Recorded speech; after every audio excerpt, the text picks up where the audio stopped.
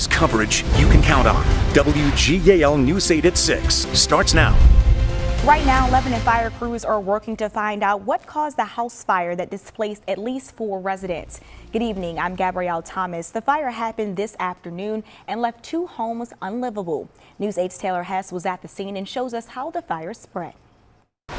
Lebanon City Fire Chief Aaron Schweitzer says a neighbor called 911 just before 12:30 p.m. because the owners of the house were not home. Firefighters say the flames started in a first-floor kitchen on South 11th Street and quickly spread to the neighboring home, causing smoke damage. Both houses are now condemned. 3 adults, 1 child, and 1 dog were displaced from the second home. 1 woman was checked out by EMS at the scene, but was not taken to the hospital. Firefighters say they have not yet been able to contact the owners of the home where the fire first started, so it's unclear just how many people will be displaced. The Red Cross will assist all of those forced out of their homes. 4 cats from the home where the fire first started were treated for smoke inhalation. Firefighters say extreme hoarding conditions inside the first home made the fire difficult to fight.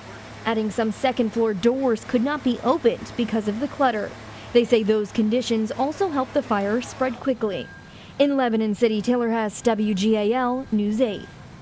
Now over to the storm team forecast with a look over some of our sky cams. Mother's Day showers are moving on out. Storm team meteorologist Ryan Argenti is here. Ryan, what's in store for the work week? Yeah, so we're actually going to be looking at a cool start to the work week, but we are seeing a milder trend heading into the end of the week, getting into the weekend. We're actually seeing getting into the mid 70s and potentially could be seeing the 80s, as you will see in the 10-day forecast here soon. But Storm Team Live Radar Network, we had a few showers. We still have a few showers out there, is what I should say, that's moving across the area. You can actually see a little bit of a moderate shower that's starting to move through Lancaster counties, also portions of York County at this time. There are a few showers in nature. The majority of the area, though, you can see, especially towards our far northern and western communities, not seeing so much shower activity at this time, but this should be the last batch of some showers that'll be moving through this evening. So what we're tracking, a cooler than average stretch of temperatures. Middle of the work week is going to be our next best chance of showers. Then next weekend, 70s and 80s, they'll be making a return to the area. Temperatures are into the mid 60s, upper 60s for Lebanon and Chambersburg at this time, 64 in Gettysburg and as well as Carlisle at this hour. 24-hour forecast will continue to be mostly cloudy through the rest of this evening into tonight. We'll have temperatures bottom out in the mid to upper 40s. Then as we head into tomorrow, still remaining cool, we'll see sky conditions remain partly to mostly cloudy for the afternoon. But we'll have more on that full forecast, Gabby, coming up here in just a few more minutes. Ryan, thank you. Tonight, we're working to learn more information after a man was shot last night in Lancaster. Just after 9:30, officers say they responded to East Liberty Street between Queen and Christian Streets. They say they found a man who had been shot. Officers say he is expected to survive. An investigation is ongoing, and police also have not said if they have any suspects or if anyone is in custody. In Dauphin County, police are investigating a shooting. Emergency dispatchers say officers were called to the Waterford Apartments in Twatera Township. They say one person was taken to the hospital.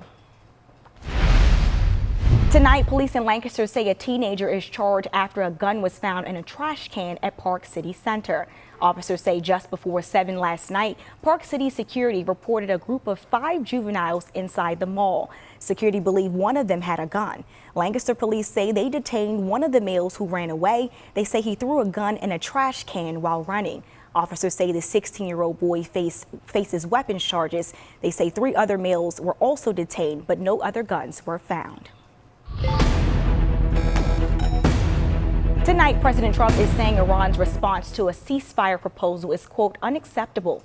Iran sent its response to Pakistani mediators. According to Iranian state media, they want negotiations to focus on permanently ending the war, including in Lebanon, where Israel is fighting the Iranian-backed militant group Hezbollah. The president or the White House didn't provide any details as to why they are rejecting the response.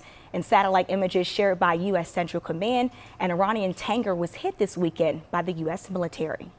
The war in the Middle East is still impacting gas prices here in the United States. Today, the U.S. Energy Secretary spoke on NBC's Meet the Press about when prices could come back down. Gasoline, diesel prices are up, and they will remain up while this conflict's in place, and then they will come back down, and ultimately they'll come back down lower than they were before. Survey, gas prices have shot up by 41 cents over the past 2 weeks. The national average price of regular gas now sits at $4.55 per gallon. The rise in prices are also impacting truck drivers as the cost of diesel has also skyrocketed. Some truck drivers say the high cost is making it difficult for them to continue hauling freight. It's rough right now, you know what I'm saying, with the economy. Like I said, we don't know how it's up and down. We don't know how it's going to go. My normal fill up, usually around 600 to 700. Now you're talking about 1,000 to 1,200. Man, it's been ridiculous, man. Ever since Trump said that the gas prices was going to go down, they've been going up.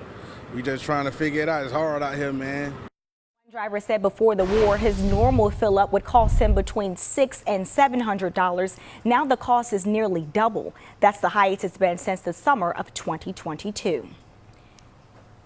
Heads up, drivers in Lancaster. This week, PennDOT announced delays on Route 462 in West Hempfield Township due to paving work. PennDOT says the delays are because of lane restrictions in place during the road work. The delays will be happening from 6 a.m. to 6 p.m. this and next week from Monday to Friday. PennDOT says they will be working on the area between Oswego Drive and Prospect Road on Columbia Avenue. A bridge replacement project is set to start in York County, and the detour will last until November. Tomorrow, PennDOT says crews will close Campground Road at the bridge over Dogwood Run in Carroll Township. A detour will be in place for 175 days using Mountain Road in routes 15 and 74. All work on the project is set to wrap up December 18th.